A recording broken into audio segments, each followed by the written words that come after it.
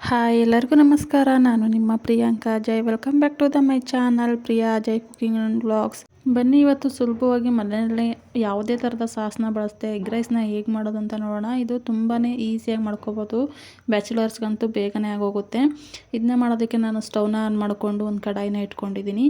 ಆ ಕಡಾಯಿಗೆ ಒಂದು 5ರಿಂದ 6 ಸ್ಪೂನಷ್ಟು ಎಣ್ಣೆನ ಹಾಕ್ಕೊಂಡು ಎಣ್ಣೆ ಕಾದಾದ ನಂತರ ನಾನಿಲ್ಲಿ ತೊಗೊಂಡಿರುವಂಥ 4ರಿಂದ 5 ಹಸಿರುಮೆಣಸಿಕಾಯಿನೂ ಸಹ ಹಾಕ್ಕೋತಾ ಇದ್ದೀನಿ. ಅದಾದ ನಂತರ 3ರಿಂದ 4 ಈರುಳ್ಳಿನ ಸಹ ಉದ್ದುದ್ದಾಗಿ ಸ್ಲೈಸ್ ಥರ ಕಟ್ ಮಾಡಿ ಇಟ್ಕೊಂಡಿದ್ದೀನಿ. ಅದನ್ನು ಸಹ ಹಾಕಿ ಮಿಕ್ಸ್ ಮಾಡಿ, ಇದಾದ ನಂತರ ನಾನಿಲ್ಲಿ ರುಚಿಗೆ ತಕ್ಕಷ್ಟು ಉಪ್ಪನ್ನು ಸಹ ಹಾಕಿ ಮಿಕ್ಸ್ ಮಾಡ್ಕೊತೀನಿ.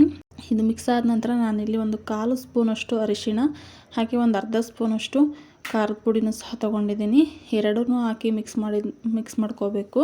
ಇದು ಮಿಕ್ಸ್ ಆದ ನಂತರ ನಾನಿಲ್ಲಿ ಒಂದು 5 ಮೊಟ್ಟೆನ ತೊಗೊಂಡಿದ್ದೀನಿ. ಇದು 3ರಿಂದ 4 ಜನಕ್ಕೆ ಸಾಕಾಗುತ್ತೆ. ಅದರಿಂದ ನಾನಿಲ್ಲಿ 5 ಮೊಟ್ಟೆನ ತೊಗೊಂಡಿದ್ದೀನಿ. ನೀವು ಮೊಟ್ಟೆನ ಹೆಚ್ಚು ಕಡಿಮೆ ಮಾಡ್ಕೋಬೋದು.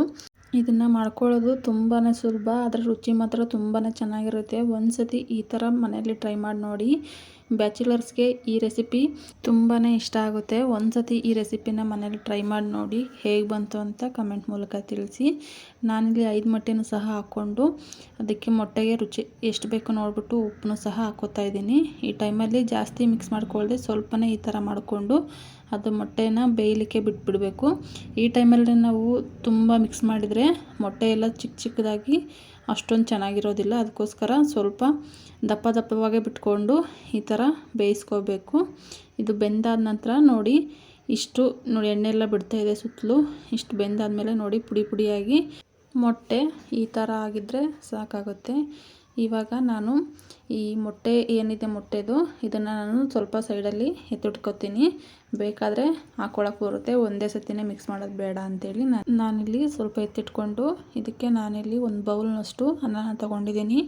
ಇದು ಒಂದು 3 ಜನಕ್ಕೆ ಆಗುತ್ತೆ ಅಷ್ಟು ಅನ್ನನೂ ಸಹ ಹಾಕ್ಕೊಂಡು, ಅದಾದ ನಂತರ ಮೇಲುಗಡೆ ಸ್ವಲ್ಪ ನಾವು ಮಾಡ್ಕೊಂಡಿರೋ ಅಂಥ ಗ್ರೇವಿನೂ ಸಹ ಹಾಕ್ಕೊಂಡು ಮಿಕ್ಸ್ ಮಾಡ್ಕೋಬೇಕು. ಇದನ್ನ ಇದೇ ಥರ ನೀಟಾಗೆಲ್ಲ ಮಿಕ್ಸ್ ಮಾಡಿಕೊಂಡು ಉಪ್ಪನ್ನ ಚೆಕ್ ಮಾಡ್ಕೊಳ್ಳಿ. ಉಪ್ಪನ್ನ ಚೆಕ್ ಮಾಡಿಕೊಂಡು ಕಡಿಮೆ ಆಗಿದ್ರೆ ಸ್ವಲ್ಪ ಉಪ್ಪನ್ನು ಸಹ ಹಾಕ್ಕೊಂಡು ಲಾಸ್ಟಲ್ಲಿ ಸ್ವಲ್ಪ ಕೊತ್ತಂಬರಿ ಸೊಪ್ಪು ಹಾಗೆ ಒಂದೇ ಒಂದು ನಿಂಬೆಹಣ್ಣನ್ನು ಸಹ ಹಾಕ್ಕೋತಾ ಇದ್ದೀನಿ. ಇದು ತುಂಬಾ ಚೆನ್ನಾಗಿರುತ್ತೆ. ಒಂದ್ಸತಿ ಮನೇಲಿ ಟ್ರೈ ಮಾಡಿ ನೋಡಿ. ಇದಕ್ಕೆ ಯಾವುದೇ ಥರದ ಮಸಾಲನೂ ಸಹ ಬಳಸಿಲ್ಲ, ಹಾಗೆ ಸಾಸನ್ನು ಸಹ ಬಳಸದೇ ಇರೋದ್ರಿಂದ ತುಂಬಾ ಮಕ್ಕಳೆಲ್ಲ ಇಷ್ಟಪಟ್ಟು ತಿಂತಾರೆ. ಒಂದ್ಸತಿ ಈ ರೆಸಿಪಿನ ಟ್ರೈ ಮಾಡಿ ನೋಡಿ. ಮನೇಲಿ ಎಲ್ಲರೂ ಸಹ ಇಷ್ಟಪಟ್ಟು ತಿಂತಾರೆ. ಒಮ್ಮೆ ಮಾಡಿದರೆ ನೀವು ಮತ್ತೆ ಮಾಡ್ತೀರಾ, ಅಷ್ಟು ಚೆನ್ನಾಗಿರುತ್ತೆ. ನೀವು ಈ ರೆಸಿಪಿನ ಅನ್ನ ಮಿಕ್ಕಿರೋ ಟೈಮಲ್ಲೂ ಸಹ ಮಾಡ್ಕೋಬೋದು. ತುಂಬಾ ಚೆನ್ನಾಗಿರುತ್ತೆ. ಇದಕ್ಕೆ ಬಿಸಿ ಅನ್ನನೇ ಬೇಕು ಅಂತೇನಿಲ್ಲ. ಈ ರೆಸಿಪಿ ನಿಮಗೆ ಇಷ್ಟ ಆಗಿದ್ದರೆ ಒಂದು ಲೈಕ್ ಮಾಡಿ, ಹಾಗೆ ನಿಮ್ಮ ಫ್ರೆಂಡ್ಸ್ ಆ್ಯಂಡ್ ಫ್ಯಾಮಿಲಿ ಜೊತೆ ಶೇರ್ ಮಾಡಿ. ನಿಮ್ಮ ಅನಿಸಿಕೆ ಅಭಿಪ್ರಾಯಗಳನ್ನು ಕಮೆಂಟ್ ಮೂಲಕ ತಿಳಿಸಿ. ಈ ವಿಡಿಯೋ ನೋಡಿದ್ದಕ್ಕಾಗಿ ಎಲ್ಲರಿಗೂ ಧನ್ಯವಾದಗಳು.